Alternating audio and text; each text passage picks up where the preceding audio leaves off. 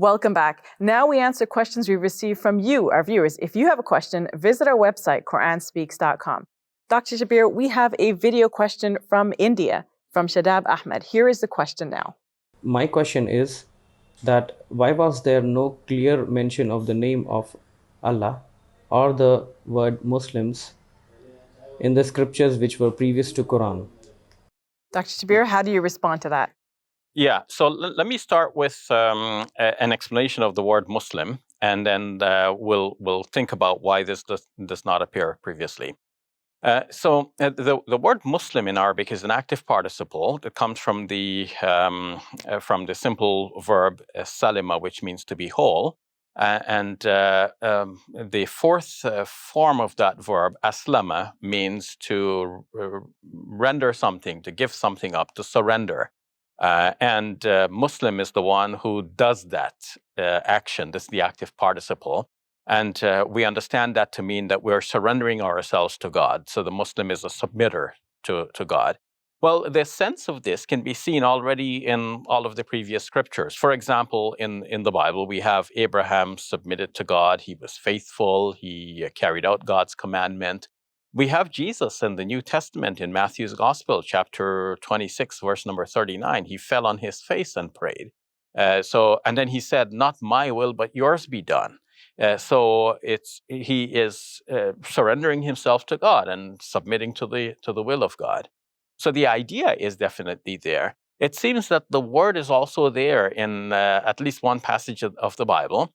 In Isaiah chapter 42, verse number 19. And I must thank Mushafiq Sultan from Al-Mawrid Institute for his video on this, which guided me to this. So several commentaries on the Bible actually bring out this meaning.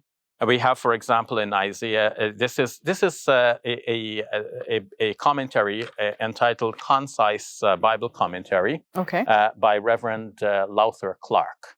And here, commenting in Isaiah 42, verse number 19, where the Israelites are said to be the messenger of God to the other nations, and yet they are said to be blind. Here, the verse says, and the commentary is reading about this: the messenger to the Gentiles is blind to his destiny. He ...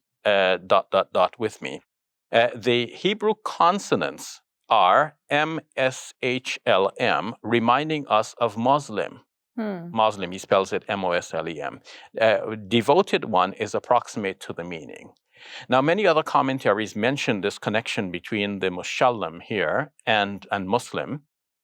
Sometimes they mention it, but they pass over it and say, no, it doesn't really mean exactly that. But we can see the correspondence between the Hebrew word there and the Arabic word Muslim. One obvious difference is that the sin sound of the Arabic is changed into the sheen of the Hebrew, but this is normal. We have, for example, when we say salam, in Hebrew, it is shalom. So the sin gets changed to the sheen. This is normal. We have, for example, the Ellicott's commentary on the Bible, which I can look up here on BibleHub.com, and it says basically the same thing. The Hebrew Meshullam is interesting as connected with the modern Muslim and Islam. The man resigned to the will of God.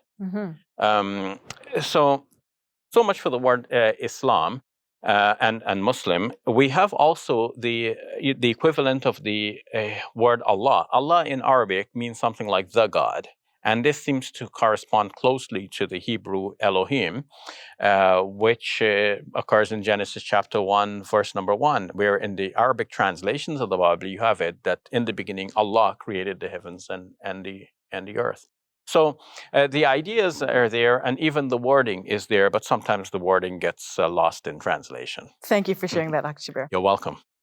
If you enjoyed this video, click like and subscribe. And please donate to support our work at QuranSpeaks.com.